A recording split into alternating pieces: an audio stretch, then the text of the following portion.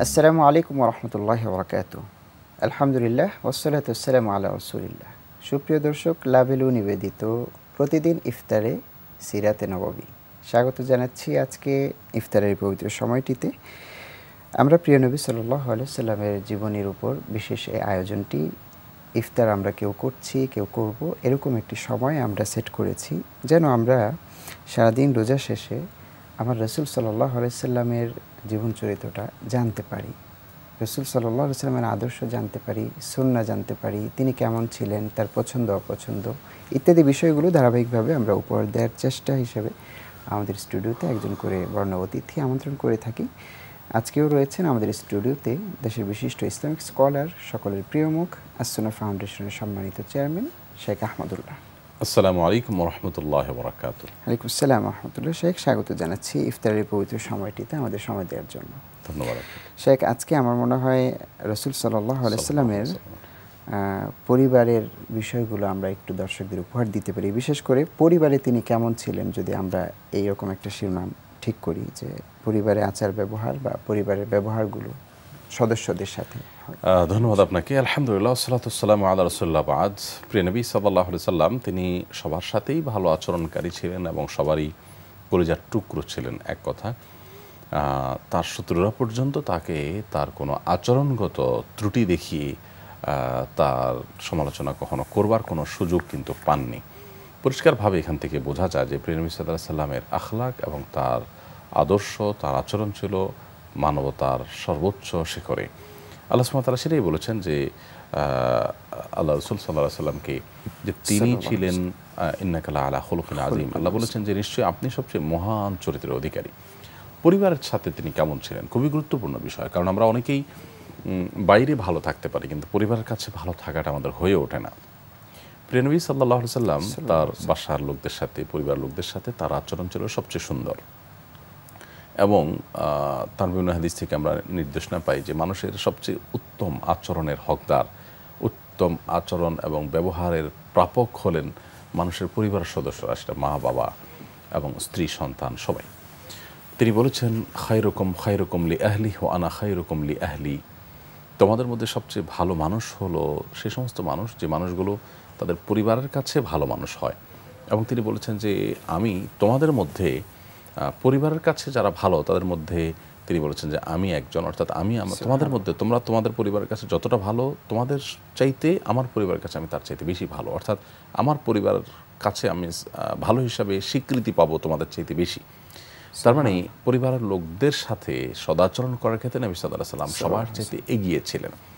আমরা যেমনটি বলছিলাম যে আমরা অনেকেই বাইরে হয়তো আমাদের ব্যবসা প্রতিষ্ঠানে, আমাদের কর্পোরেট জগতে, আমাদের অফিস আদালতে, আমাদের ক্লায়েন্ট কাস্টমারের সাথে আমরা যথেষ্ট সুন্দর আচরণ, মিষ্টি আচরণ করি বা তাদের সাথে ভালো ব্যবহার করার চেষ্টা করি। এগুলো অনেক সময় আমাদের প্রফেশনাল যে ডিউটি তার অংশ থাকে, এটা আমাদের বাণিজ্যের অংশ থাকে, এটা আমাদের সেবার অংশ থাকে।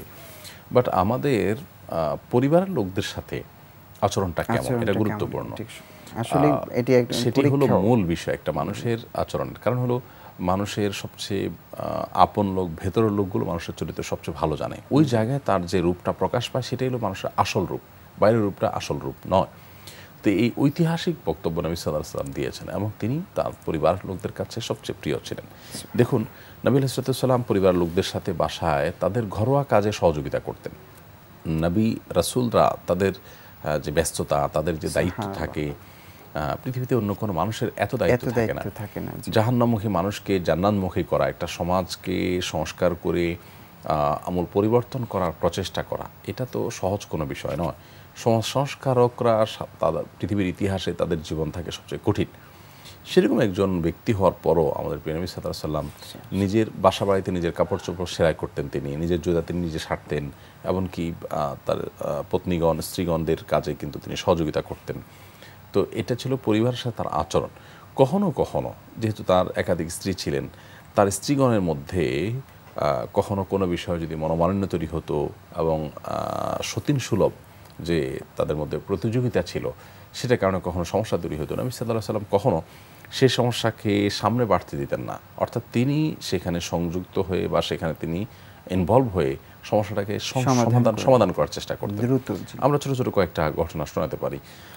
নবী করিম সাল্লাল্লাহু আলাইহি সাল্লাম একবার কোনো এক স্ত্রীর বাসায় ছিলেন, অন্য স্ত্রীর বাসা থেকে তার জন্য একজন কাজের মেয়ের মারফত বা একজন দাসীর মারফত একটু খাবার পাঠানো হলো একটা বাটিতে করে।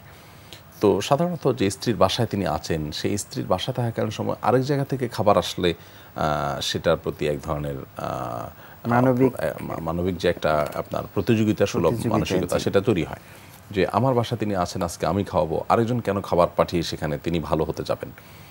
তো সে যে স্ত্রীর বাসা তিনি ছিলেন সেই স্ত্রী যখন দেখলেন আরেক বাসাতে খাবার আসছে, তিনি বাটিটা নিয়ে ছুঁড়ে ফেলে দিলেন রাগে।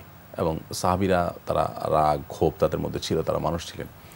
তো যখন ফেলে দিয়েছেন বাটিটা ভেঙে দুই টুকরো হয়ে গেছে, খাবারগুলো নষ্ট হয়ে গেছে। নবী করিম সাল্লাল্লাহু আলাইহি সাল্লাম তখন বাসার ভেতরে প্রবেশ করে ওই একই রকমের বাটি, হুবহু দেখতে একই রকমের, মানে কোনো বেশ কম নেই, আরেকটা বাটি নিলেন যে দেখলে বোঝা যাবে না দুইটা ভিন্ন, নিয়ে সেই চাকরার হাতে বাটিটা দিয়ে তাকে এটা নিয়ে ফেরত যেতে বললেন। এবং সেখানে গিয়ে যাতে কোনো নতুন কোনো ঝামেলা তৈরি না হয়, এটাকে নিয়ে ভুল বোঝাবুঝি, নিজেদের মধ্যে মনোমালিন্য, সেই জন্য তিনি সেই ব্যবস্থা করলেন যে এই চাকানে গিয়ে বাটিটা দিয়ে দিলেন। তিনি মনে করলেন যে খাবার রেখে বাটিটা পরিষ্কার করে দিয়ে দিয়েছে। এদিকে নবী সাল্লাল্লাহু আলাইহি সাল্লাম যে স্ত্রী এই কাজটি করেছেন তিনি তো ভুল করেছেন অবশ্যই, কিন্তু তিনি তাকে কোনো ভৎসনা করেননি। অর্থাৎ হাদিস থেকে আমরা কোনো বর্ণনা পাই না যে তিনি তাকে ভৎসনা করেছেন। এখানে একটা গুরুত্বপূর্ণ বিষয় যে স্ত্রীদের কখনো ভুল হলে তিনি ধরিয়ে দিতেন, কিন্তু সেই ধরিয়ে দেওয়াটার জন্য যে সময় জ্ঞান, এটা ছিল তার মধ্যে সর্বোচ্চ পর্যায়ে, অর্থাৎ কখন কোনটা বলতে হবে। এখন এই বাটিটা যেহেতু ফেলে দেওয়া হয়েছে এবং ভেঙে ফেলা হয়েছে, নিশ্চয়ই ওনার এই মুহূর্তে প্রচণ্ড রাগে আছেন। তো রাগ অভিমানের মধ্যে থাকার এই অবস্থায় যদি একটা ভালো উপদেশও দিতে যাওয়া হয়, তাহলে সেক্ষেত্রে সেটা গ্রহণ করবার জন্য মানসিকভাবে তিনি এই মুহূর্তে প্রস্তুত নন। নবী সাল্লাল্লাহু আলাইহি ওয়াসাল্লাম তাকে কিচ্ছু বললেন না। আমরা হলে হয়তো আমাদের পরিবারে কেউ করলে আমরা হয়তো আর কিছু না হোক অন্তত এই কথাটা বলতাম যে কাজটা তুমি ঠিক করনি, তো তিনি এটিও বললেন না। এইভাবে পরিবার লোকদের সাথে তিনি প্রত্যেকটা বিষয়কে ডিল করতেন, যে তাদের মধ্যকার মনোমালিন্যগুলোকে অত্যন্ত সতর্কতার সাথে, সর্বোচ্চ সচেতনতার সাথে তিনি ডিল করতেন। এবং আনাস রাদিয়াল্লাহু তাআলা 10 বছর তার সেবা করেছেন। তিনি বলেছেন, আমি 10 বছর তার কাছে ছিলাম, শৈশবে আমার মা পাঠিয়েছেন তার সেবার জন্য আমাকে। সেই থেকে 10 বছর যে আমি ছিলাম, এর মধ্যে কখনো প্রিয় নবী সাল্লাল্লাহু আলাইহি ওয়াসাল্লাম কোনো বিষয় আমাকে এটা জিজ্ঞাসা করেননি যে তুমি কেন এই কাজটা করলে অথবা কেন এই কাজটি করলে না। তার মানে এই যে কর্তৃত্ব সুলভ একটা প্রবণতা আমাদের মধ্যে থাকে আজকাল, এটা তার মধ্যে বিলকুল ছিল না। এই জন্য তার কাছে যারা আসতো, ওসামা ইবনে যায়েদ রাদিয়াল্লাহু তাআলা আনহু তার পরিবারের সদস্যের মতো হয়ে গেছিলেন, এবং তিনি অপহরণের শিকার হয়ে তাকে বিক্রি করে দেওয়া হয়েছে বিভিন্নভাবে। নবী সাল্লাল্লাহু আলাইহি ওয়াসাল্লাম অনেক হাত হয়ে নবী সাল্লাল্লাহু আলাইহি ওয়াসাল্লামের কাছে এসে পড়েছেন। যখন তার বাবা জানতে পারলেন যে তিনি এখানে আছেন, যায়েদ ইবনে হারিসা রাদিয়াল্লাহু তাআলা আনহু, যায়েদ ইবনে হারিসা রাদিয়াল্লাহু তাআলার বাবা যখন জানতে পারলেন যে তিনি এখানে আছেন, তখন তিনি তাকে নিতে আসলেন। নবী সাল্লাল্লাহু আলাইহি ওয়াসাল্লাম বললেন, অবশ্যই তুমি তোমার বাবার সাথে যেতে পারো, এবং এর জন্য কোনো বিনিময় দিতে হবে না, যেহেতু দাস হিসাবে কেনা বেচা হয়েছে। নবী সাল্লাল্লাহু আলাইহি ওয়াসাল্লাম না, তোমার বাবা এসেছেন, তুমি অবশ্যই তার সাথে যেতে পারো, যেহেতু তিনি তোমাকে সন্ধান করে পেয়েছেন। তো তখন কিন্তু যায়েদ ইবনে হারিসা রাদিয়াল্লাহু তাআলা আনহু যেতে চান নাই, এবং তিনি বলেছেন যে না, আমি আপনার কাছেই থেকে যাব, মানে থাকতে চাই। এই যে একটা ব্যাপার, যে কিরকম আচরণ হলে যে তার কাছে লম্বা একটা সময় পার করার পর তাকে রেখে যেতে চাচ্ছেন, পিতামাতার কাছেও যেতে চাচ্ছেন না। তো এটা ছিল নবী সাল্লাল্লাহু আলাইহি ওয়াসাল্লামের আচরণ, সেটা অধীনস্থদের সাথে এবং পরিবার লোকদের সাথে। আমরা পরিবার এবং অধীনস্থদের সাথে আমাদের আচরণ হয় সবচেয়ে খারাপ, সবচেয়ে দুর্ব্যবহার করি আমরা যে মানুষটার সাথে, তিনি আমাদের মা, মানে যাকে সবচেয়ে বেশি ঝাড়ি দিয়ে কথা বলা যায় আমরা মনে করি তিনি হলেন মা। স্ত্রীর সাথে এবং স্ত্রীরা স্বামীর সাথে আমাদের পরস্পরের ইয়েগুলো হয় একেবারেই আপনার সাদামাঠা, বা একেবারে আপনার যেটাকে বলে সৌজন্যতা, ভালোবাসা যখন হয়তো হয়, কিন্তু সব সেগুলোর মধ্যে দেখা যায় যে আমরা মনে করি যে ঝগড়াঝাটি সবচেয়ে বেশি তাদের সাথে হয়, এবং একসাথে থাকার কারণে ডেফিনেটলি এটা সম্ভাবনাও থাকে। তো এইটার ঊর্ধ্বে ওঠার চেষ্টাটা করাটাই হলো একজন ইমানদারের গুণ এবং তার কর্তব্য। নবী সাল্লাল্লাহু আলাইহি ওয়াসাল্লাম সেই কাজটি করতেন। সো আমাদের পরিবারের লোকদের সাথে আমাদের আচরণ হবে বিনয়ের সাথে, সৌন্দর্যের সাথে, তাদের ভালো গুণগুলো দেখে তাদেরকে উৎসাহ দেওয়া। নবী সাল্লাল্লাহু আলাইহি ওয়াসাল্লাম কিন্তু পরিবার লোকদেরকে প্রচুর উৎসাহ দিতেন ভালো কাজের জন্য, এবং তাদের কোনো ভালো গুণ পেলে সেটা প্রশংসা করতে কোনো কার্পণ্য করতেন না, এবং দোষ পেলে সেটা যখন যেভাবে বললে সম্ভব হয় বা সংশোধন হতে পারে, তখন সেভাবে খুব কৌশলে তিনি তাদের সংশোধন করতেন। তো আজকে একেবারেই শেষ পর্যায়ে আমরা বিদায় নিচ্ছি শেখ। আমরা আপনাকে কৃতজ্ঞতা জানাচ্ছি সুন্দর আলোচনা উপহার দেওয়ার জন্য। দর্শক, প্রিয় নবী সাল্লাল্লাহু আলাইহি সাল্লামের জীবনের নানা দিক আমরা প্রতিদিন একটু একটু করে আপনাদের উপহার দেওয়ার চেষ্টা করব। শায়েখ ইনশাআল্লাহ সামনের আরও কোনো পর্বে আমাদের সাথে শরীক হবেন। আমরা প্রিয় নবীর ছোট করে দু একটি গুণ আপনাদের দেওয়ার চেষ্টা করি উপহার হিসাবে।